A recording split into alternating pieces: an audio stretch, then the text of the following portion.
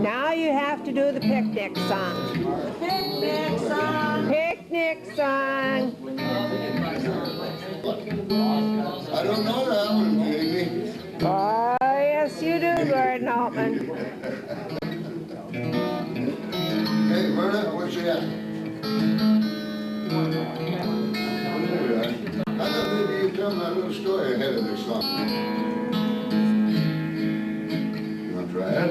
The true story. The old ones? Picnic song, yeah. I don't know if we explained this to you fellas before, but this is a true story. Our neighbors and everything is just right on the nose. She'll tell you about it. I don't know. Well, one time when we lived out on the farm at Jacobson, our neighbors that lived next to us, their names was Olson, and they had 3 girls and we had the 6 kids. And one day Olsons came over and wanted to know if we would go on a picnic with them.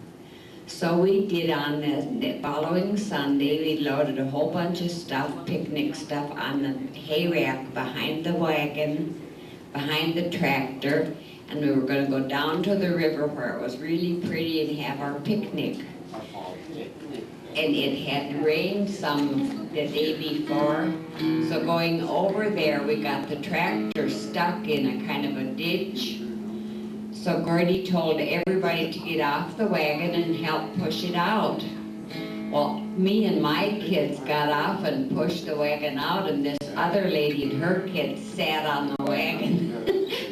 So then we get out to the river and we're fishing, and the Olson kids kept getting their lines caught in each other's lines, and then they were girls, if you can imagine, and they'd cuss and swear at each other and were throwing their fishing poles. And finally we all got sick of it and decided to head home, so we all walked, and then Gordy and Virgil, the neighbors, stopped and were going to get the tractor unstuck. And I and Rosalie and all the kids were going to walk the rest of the way, which wasn't very far across the field. So we got about partway across the field, there was this little ditch running, and we had to step across it. It was only about this wide. Of course, all the kids just jumped over it, and I jumped over it, and here stood this big Rosalie. She was as big as Gordy, not fat, but just a big woman.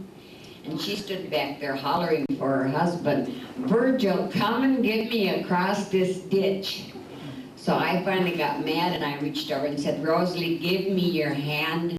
So she did, and I just gave her a great big yank and pulled her across the ditch. And so we all of us got home first, and then pretty soon here come Gordy and Virgil with the tractor and the wagon, and Rosalie was standing on the porch. And when Virgil come up the steps and walked by her, she reached out and took a great big pinch of his belly and just twisted it like that.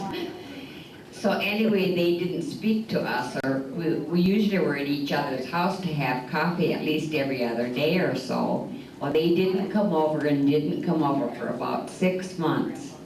Finally, one morning they came over and were having coffee with Gordy and I, just as if nothing had happened.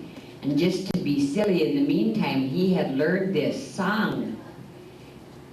So he gets out his guitar as we're having our coffee, and he started singing this song, thinking they'd see the humor of it by then, you know. She listened a little bit and reached out and took a pinch of Virgil's belly again. Says, "Come on, we're going home." And that was it. So anyway, that's the story behind that's the real story behind the picnic song. And them kids and I did make time. Let us all go on a picnic, says Olson's life to mine. The Olsons met on Sunday. Their kids and ours make 9. So we piled in my jalopy. We sure were packed in tight. Houston Olson hollered, "You're driving way too fast." No. Oh yeah, I got that one. I gotta start that over again. That long other picnics as Olson's wife of mine. The children met, the Olsons met on Sunday, their kids and ours made 9. So we piled in my jalopy, each river packed in tight. But then you stand, then right away, then right away the Olson's kids and ours began to fight. Well, then we got started. We're on our way at last. Then right away the Olsons hollered, "You're driving way too fast!" Well, then we reached the picnic ground and on back all our young. I'm getting all screwed up here. I'm hearing find help from 2 different directions. I don't know which way.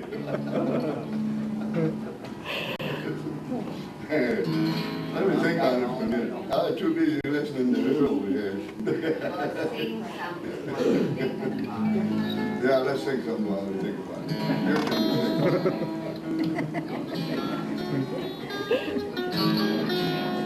I think you better erase that one, kid. It ain't never gonna make it. I'll run through it one time. This is some of my best tape. Are you kidding? Last time I tried it, I think it was here last year. Who could forget that one, huh? Yeah. I did. I've done to it.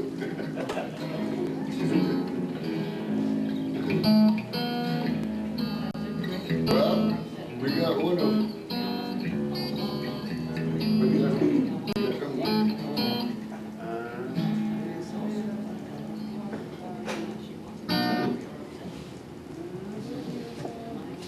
Thank you.